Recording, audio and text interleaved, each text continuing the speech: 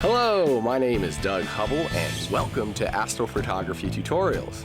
I want to talk about a do-it-yourself dew heater controller. On my last video, I was telling you this wasn't a great solution, but in fact it is a great solution. My viewers, you smart people out there, told me that I wasn't testing it correctly. This is a PWM dimmer, which is a pulse width modulation, and instead of sending direct current, it sends a more efficient method of power with pulses. And I'm going to show you how I built this next. Dew heater controller on DSLRmodifications.com, and I'll post a link in the comments section so you can visit that page if you would like. The requirements are a RGB dimmer, a project box, a set of 4 phono jacks, miscellaneous wire, and some Velcro here to get the package started. Now, one of the things that I'm going to try to do, it's suggested to use this large project box, and you know, I would much rather have a smaller version of this. So what I'm going to do is I'm going to try to remove this and then try to put everything inside this one case. So if this works out okay, you won't need to buy that project box. Also, I'd like to make a note before you get started is that some of the wiring instructions that you see on DSLRmodifications.com are incorrect. I kind of based that upon what was written there. The quote that I'm using is solder wires to phono jacks. Black is ground and red, green, blue are positive leads for the 3-channel, which is not true. If you look down here at the very bottom of the unit here, you can see that what these are is the voltage is over here, and so the different colored channels are actually not positive but rather ground.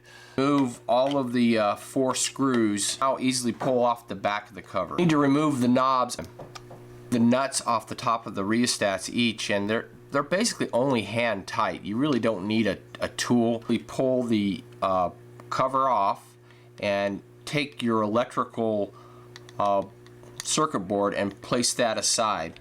What we're going to do next is we're going to work on putting some holes inside of this cover. Out the areas where I want to place or drill holes. The top here for the phono jacks, I found that when I placed the circuit board inside of here, I noticed that there was some gaps that I believe what I can do is just set those phono jacks in between those gaps and be able to place them inside this existing project box that came with it. Now, if you noticed or you look on the project box itself, it has these little indentations or in between here. And what I did is I found that if I can just mark the center of each one of those, it actually lines up really well. So you see one right here, I marked it, and then I skipped one, and then I found another one, marked that in the center, and then right here there's an empty one. I skipped it, and then right here. So as far as like precision of drilling here, I just used the markings that are on the case for the phono jacks. Now, other holes that I want to drill inside here include on this side right here. This is the side that has the 4 wires coming in there, and what I plan on doing is getting those wires through here, and I'll just drill those about the size of the gauge of the wire on that. And then over here on the opposite end we have another hole we want to drill, and that would be for our power to you know, come to the circuit board on the power side right here. Now, the way that power is going to come in is it's going to come in right through here. So I'm going to bring the power in run it through and pull it out through here.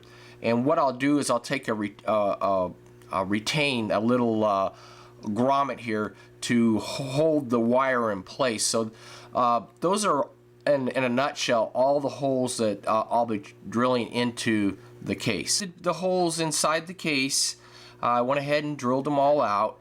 I found that I decided I didn't want the cover on here, so I peeled it off and just cleaned it off right there. You know, if you want, you could leave that cover that has the RGB on there, but I think what I'll do is I'll take some labeling later on and put that on there.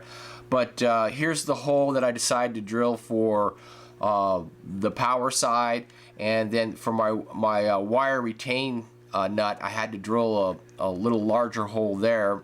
And then, you know, right here on the end, those are the 4 holes I drilled for the wires to come through the circuit. Next, we'll take apart the phono jacks, and what we're going to do is we're going to work on soldering this little ground. We're going to solder red, green, and blue wires, 1 to each of these little ground pieces.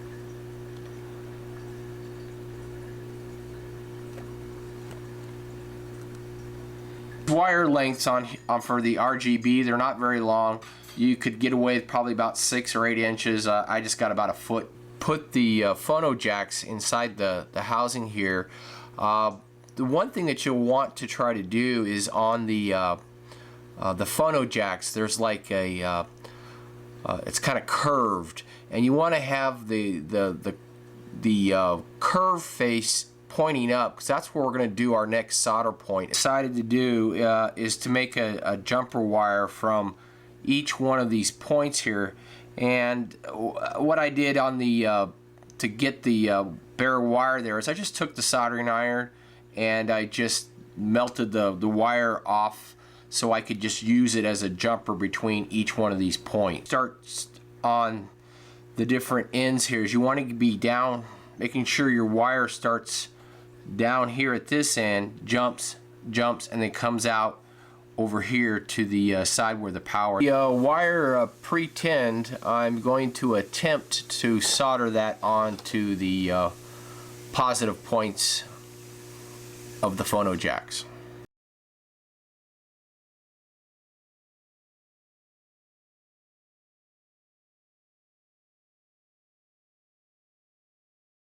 That seemed to work out really well. I just went ahead and pre-tinned the solder points, and I ran each one of those, and I just hit it with a little piece of solder on the outside of it. I'm going to run all the wires through the holes that I pre-drilled here. Tightened the nuts a little bit here, just, you know, a little bit past hand tight. Took a little wrench and got them down here, and I have all the wires pulled out the side. Put the rheostats back inside, and I just put the nuts in just a pinch past hand tight.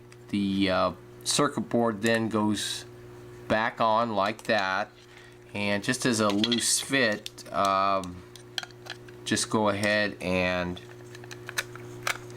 take power. My power source is I just reused the wire from my old dew zapper, cut the leads off, and what I'll do is I'll have it enter from the bottom of it right here, and I'll use like a 1/2 inch strain relief nut, put that in there, have it come through the inside, and then go out over through these through this hole to the plus and negative side of the dew controller. Power source, I put it through the wire strain nut and then put it out through this hole that I drilled there. Before we get ready to assemble it and put it back together, I just want to do one last check to make sure that all the wiring is not grounding out on one another.